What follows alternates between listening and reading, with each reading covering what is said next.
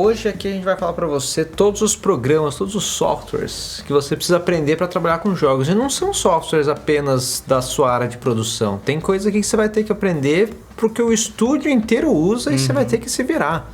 Então, se liga nesse vídeo.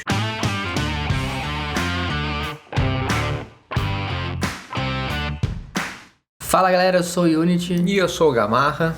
E como prometido, vamos começar então pelos de produção. Unity é programador, eu sou animador 3D, então eu vou falar para a parte de arte e o Unity fala a parte de programação. Então, basicamente de arte, o principal seria a Maya, que é o software que eu uso para animar, é o software que muita gente usa para modelar, é o software meio que geral. Muita gente e muitos estúdios também estão começando a aceitar o Blender, começando a usar o Blender, então acho que esse seria o segundo. Esses são para 3D. Para 3D, isso. 3D Max já fica super raro. Eu acho que eu vi uma vez um cara que usava, mas é basicamente Maya e Blender que está começando a entrar agora. Qualquer outro Cinema 4D, esses assim, nunca vi sendo usado. Então, se eu fosse recomendar um Maya, se você quiser um open source, o Blender. Fora isso, usam ZBrush, basicamente, para escultura digital, que é quando a gente vê aquelas esculturas lindas, maravilhosas, tudo ZBrush. Acho que a Autodesk tinha um concorrente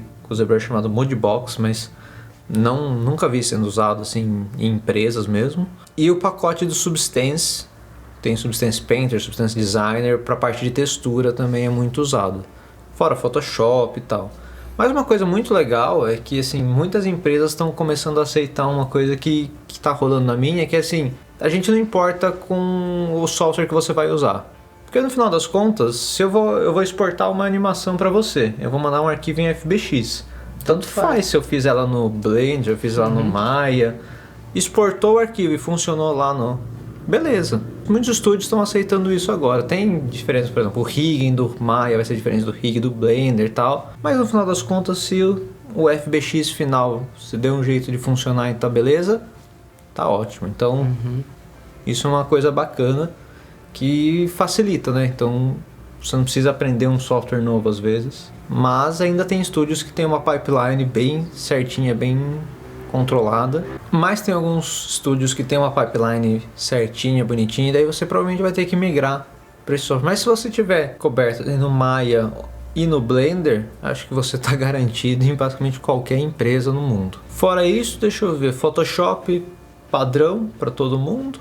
Eu acho que o Photoshop entra também muito para pessoa que trabalha com 2D.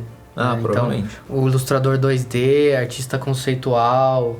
O cara, mesmo a pessoa que faz a UI, vai mexer basicamente com Photoshop e o Illustrator. Sim. São basicamente esses dois. Para animação 2D tem softwares específicos? Tem, mas por exemplo, se você vai animar 2D para Unity, ele vai animar dentro da Unity. Então ele teria que aprender a Unity, que tem umas ferramentas bem legais da própria Unity, que você consegue instalar o plugin e animar e fica muito legal. Fora isso, falando em Unity, provavelmente Unity e Unreal, como a gente sempre fala aqui, são as duas engines. Sim, até mesmo que você não seja o programador, às vezes o artista, tipo, a pessoa que vai fazer o Visual Effects, provavelmente vai montar tudo isso dentro da engine. Até eu mesmo, como animador, eu exporto, eu configuro todos os personagens lá na Unity ou na Unreal. Mas sim, tem que colocar tudo lá, então você tem que saber isso. E falando nisso, você já tem que aprender um outro software que é importantíssimo também, que eu nunca tinha tido contato, que é de gerenciamento de versões de projetos. Para quem é programador aí já sabe do que a gente está falando. Já sabe, isso é o tal do Git. Tem um freela meu que está usando um chamado Perforce. Perforce é para estúdios mais robustos. Então, sim, já trabalhei com esse também. Eu tô usando esses dois agora, que assim...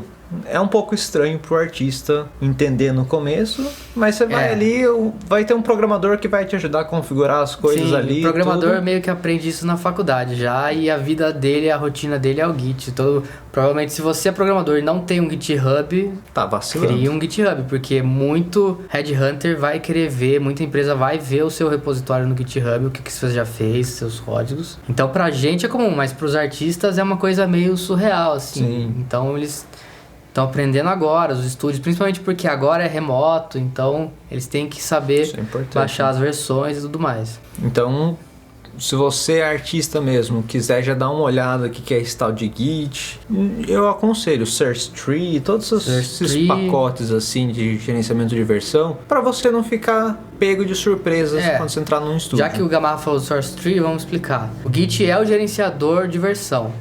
O Source Tree seria uma interface para acessar o Git de uma maneira mais amigável. Senão você teria que digitar tudo por comando, né? Eu mesmo uso o Source Tree, não tenho vergonha nenhuma de falar isso, porque muito programador, não, eu só faço por linha de comando. Aí você fica lá perdendo tempo, é muito mais prático. O próprio GitHub, se eu não me engano, tem o próprio software deles agora. Lançou bem depois do Source Tree, mas como eu já tinha o Source Tree, eu continuo usando. Mas fora o Git, que nem o Gamarra falou, tem o Perforce. Antigamente se usava muito o Subversion, que é o famoso SVN. Não conheço. Tem um chamado Tortoise SVN, que seria um repositório, né? Também estúdios grandes usam o Plastic, esse eu nunca tive contato. Mas o Perforce é muito comum para estúdios AAA, projetos muito pesados, projetos que são em Unreal, assim. Porque o Git não foi feito para coisas muito pesadas. É mais pra código mesmo. Né? Então quando tem muito arquivo binário ou muita arte pesada, assim, eles costumam usar o Perforce, e aí já é um pouquinho mais complexo, mas ele também é bom porque ele evita conflito e tal. A ideia aqui não é ficar explicando o que é o Git e tudo mais, mas saiba que normalmente a grande maioria usa o Git, e estúdios maiores com projetos mais pesados tendem a usar o Perforce. Então, já que estamos falando disso, vamos falar do programador, que é basicamente, se você vai programar Unity, você vai instalar Unity. Se você vai programar no Unreal, você vai instalar Unreal. Fora isso, você provavelmente vai usar o Visual Studio, que é o que eu gosto de usar. Que inclusive quando você instala Unity, ele te dá a opção de instalar o Visual Studio Community, que é o que eu uso. Tem o Visual Studio Code, que é uma versão mais leve, mais clean e tal. Pior que muda os comandos, não sei porque eles mudaram os comandos, aí eu não me adaptei e voltei pro Visual Studio, padrão mesmo. Mas assim, no fundo, pelo menos pra Unity, você poderia editar o código até no bloco de notas, se você quiser. Não aconselho, porque vai ser um desastre, porque o Visual Studio é um IDE que chama, é um editor de código, então ele já te ajuda, você começa a preencher, ele preenche pra você, ele te dá as opções. Ele já identa o código todo, então é muito mais fácil, ele colore as coisas, você sabe, isso aqui é uma classe, isso aqui é uma variável e tal, e ele facilita muito a leitura colorindo e organizando tudo pra você. Mas se você quiser ser guerreiro, você abre o bloco de notas e altera lá. Tem, por exemplo, editores de texto super leve, quando você quer editar um arquivo rapidinho, não quer esperar abrir o Visual Studio e tal, eu uso o Sublime, que é um editor de texto mais parrudinho também, ele já identa o código e tal. E muito programador de web que gosta de fazer tudo em JavaScript ama o Sublime. Mas eu uso ele como bloco de notas, então tipo, eu tenho que anotar alguma coisa, eu deixo lá, porque diferente do bloco de notas, não só dessa parte de texto e tal, você tem as abas. Então você pode deixar, em vez de você abrir vários blocos de notas no seu computador, fica aquela zona, você abre e várias abinhas, você deixa lá e é legal. E tem o Notepad++, que é um cara mais antigo que eu usava antes de descobrir o Sublime. Depois que eu descobri o Sublime, aí eu troquei o Notepad++, mas tem gente que ainda usa esse. Acho que é basicamente isso. Se você, por exemplo, na minha empresa atual, eu uso a Unity, o Visual Studio, tem o Git instalado, o Source Tree para acessar o Git, e basicamente isso. O resto é só os sites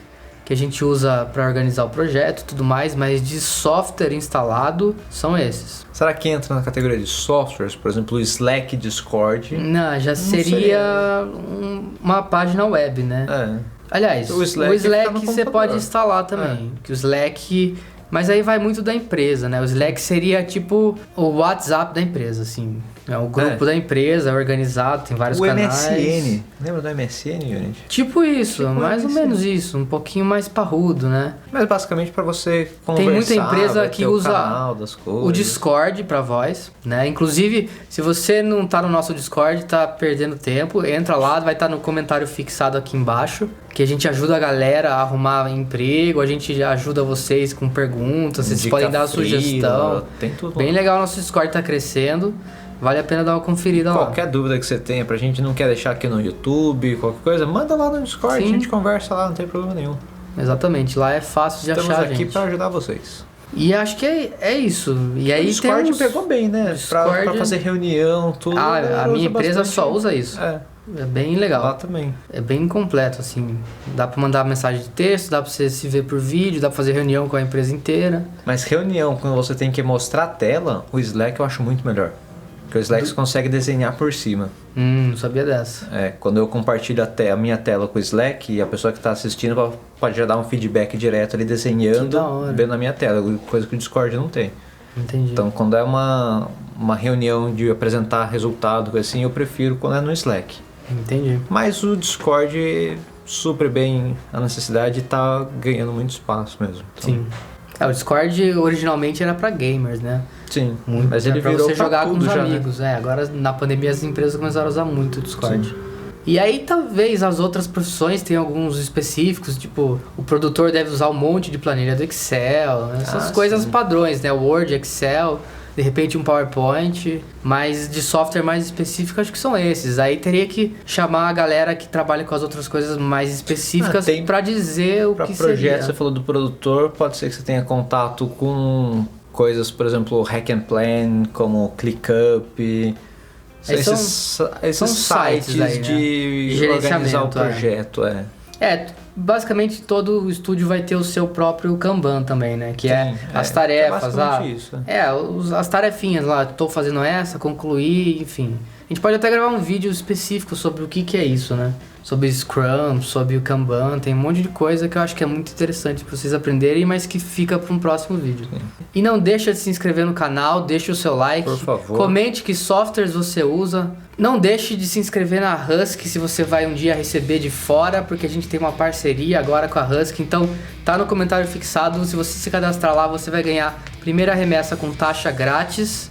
E vai estar usando o melhor serviço para receber de que fora. É o que a gente usa. A gente conseguiu a parceria porque a gente já usava antes. Exatamente. E a gente pesquisou muito para começar a usar eles, porque a gente não quer ficar deixando nosso salário por aí na mão de terceiros. Sim, então, melhor taxa do mercado, possível.